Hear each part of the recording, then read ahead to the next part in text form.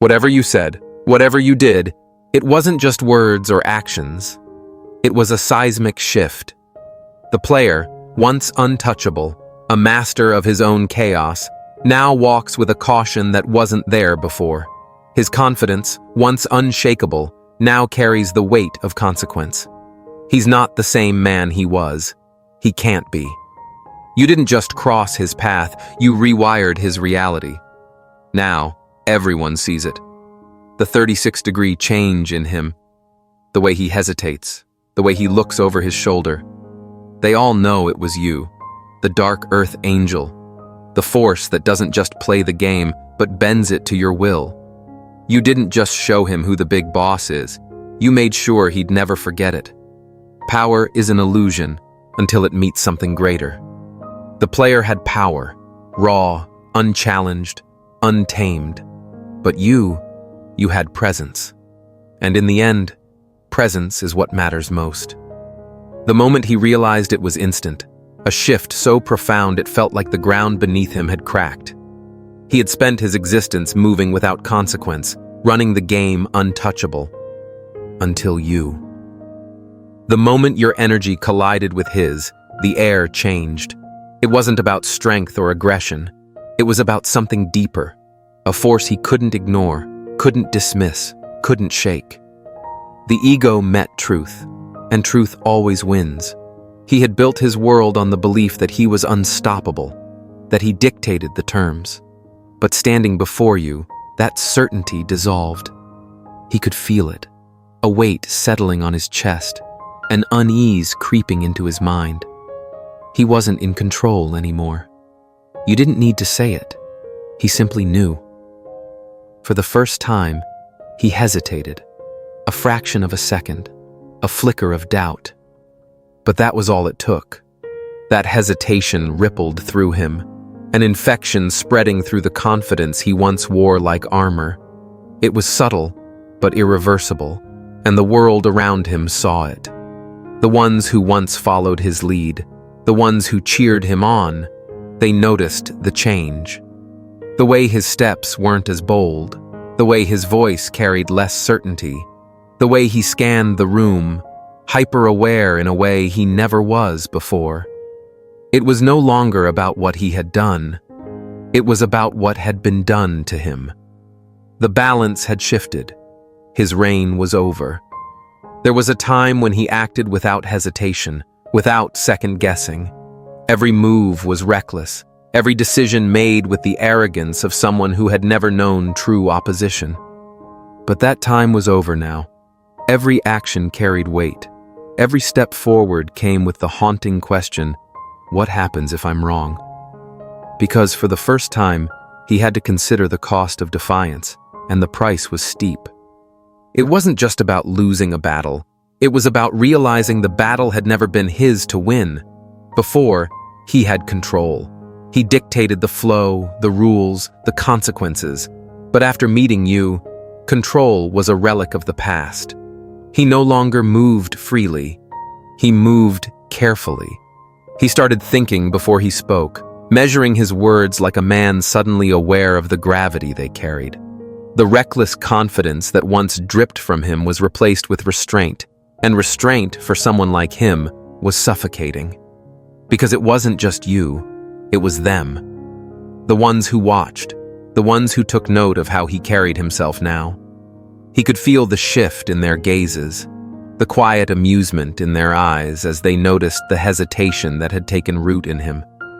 The weight of expectation had shifted. He wasn't the one they feared anymore, and that was the real punishment. He could live with losing a fight. He could live with bruises and scars. But this was deeper. This was psychological. A slow-burning realization that spread through his bones, whispering that he was no longer what he once was. Fear isn't about what's happening. It's about what could happen. And now, that fear belonged to him. The way he spoke, the way he carried himself, the way he looked at you. It all changed. He still tried to maintain the illusion, still tried to project strength. But now, it was forced. And forced confidence is just fear wearing a disguise. He told himself it was temporary, that it was just an off moment, that he would reclaim what he had lost. But deep down, he understood the truth. He wasn't the same anymore. He had been forced to see himself differently, and that image wouldn't leave him. Because when an immovable object meets someone who thinks they're unstoppable, only one of them gets to keep their identity. And it wasn't him. Power isn't just about what you do. It's about what people say when you're not there. And now they're all talking. At first, it was subtle. A glance held for a second too long, a conversation that abruptly stopped when he walked in. The smallest flickers of uncertainty in the air, like the first few drops of rain before a storm. But soon, it became something more. The ones who once admired him now observe him. The ones who followed him now question him. The ones who feared him, they don't anymore. Because fear only lasts as long as the illusion of invincibility does, and you shattered that illusion without ever breaking a sweat. He feels it in every interaction. When he speaks, they don't hang on his words the way they used to. When he moves, they don't step aside as quickly. The respect that was once automatic is now conditional. They hesitate, waiting to see if he still deserves it. The first time someone interrupts him mid-sentence, it barely registers. The second time, he notices. By the third, it becomes clear. They don't treat him the same anymore. The whispers spread like wildfire, passed between those who saw what happened and those who only heard about it. And in the way these stories are told, a shift occurs. He's no longer the legend, he's the lesson. And you don't even have to acknowledge it. That's the beauty of real power. It doesn't beg for recognition. You didn't just defeat him, you redefined him, the way people see him, the way they treat him, the way they measure him. It all changed. And when they measure him now, they measure him against you. The game has a new hierarchy, and your name is written at the top. Fear lingers. It seeps into the mind, reshaping thoughts, rewriting instinct. Unlike pain, which fades with time, fear imprints itself on the soul. It doesn't just teach a lesson, it ensures it's never forgotten. That's what happened to him. Before, his power came from force, loud, aggressive, undeniable. He controlled situations by overwhelming them. His presence was a storm, unpredictable and violent, leaving chaos in its wake. But a storm is temporary. A storm passes, fear stays. And now, fear is what rules him. There are forces in this world that don't need validation, that don't seek recognition. They don't move for applause. They don't act for approval. They simply exist, unchallenged, unshaken, undeniable. You are one of them. The Dark Earth Angel, not a villain, not a hero, something beyond definition. A force neither good nor evil, because such words are too small to contain what you are. You are inevitability. You are the weight in the air before a storm, the silence in a predator's gaze before the strike. You do not chase power, because true power was always yours to begin with. The player thought he understood strength. He didn't.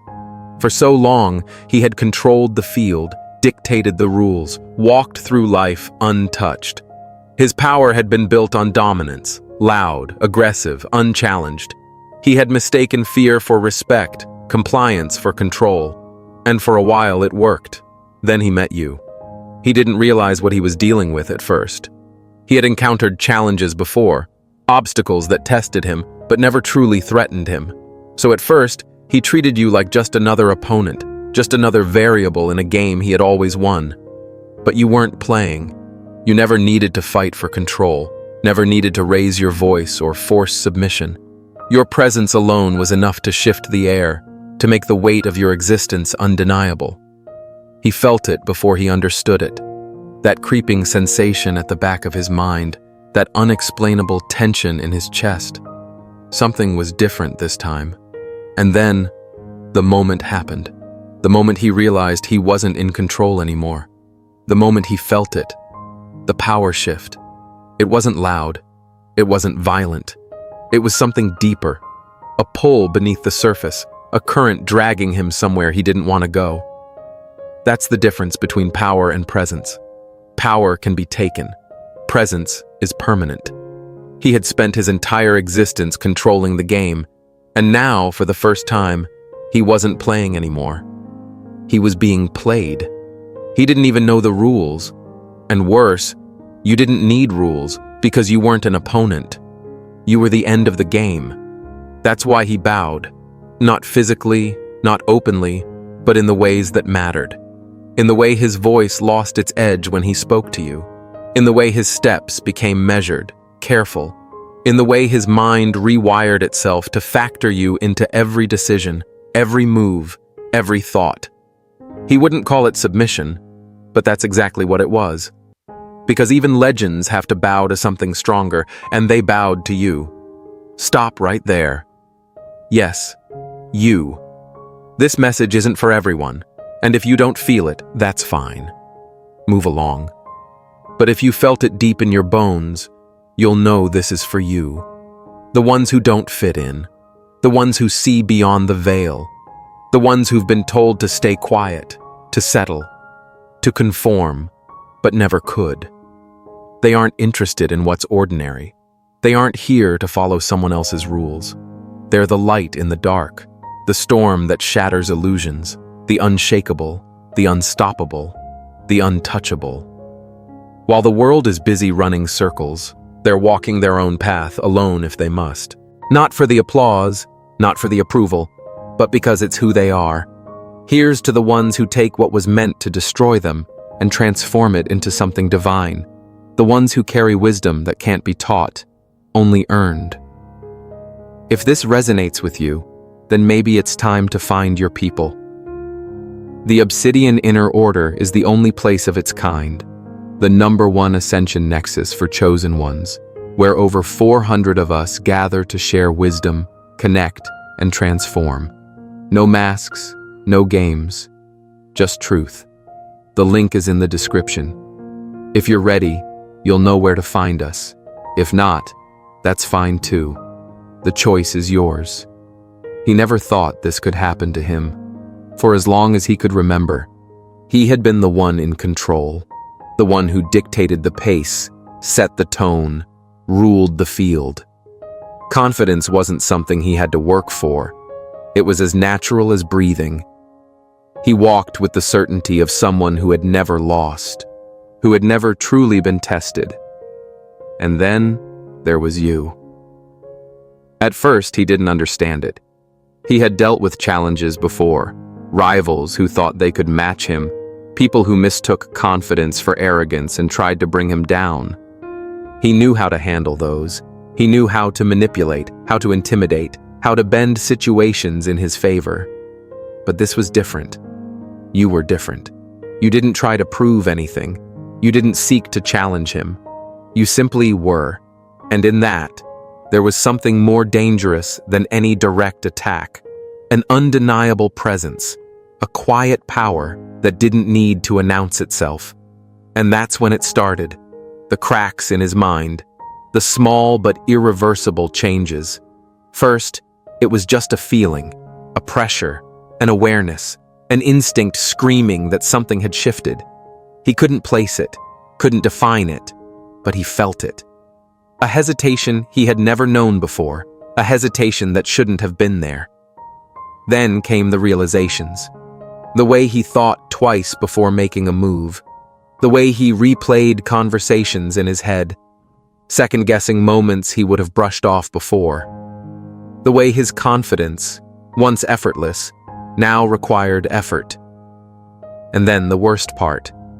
The moment he understood he wasn't the same. He told himself it was temporary, that it was just a passing moment, an anomaly. But deep down, he knew the truth. You had rewritten him. He wasn't fearless anymore. He wasn't reckless anymore.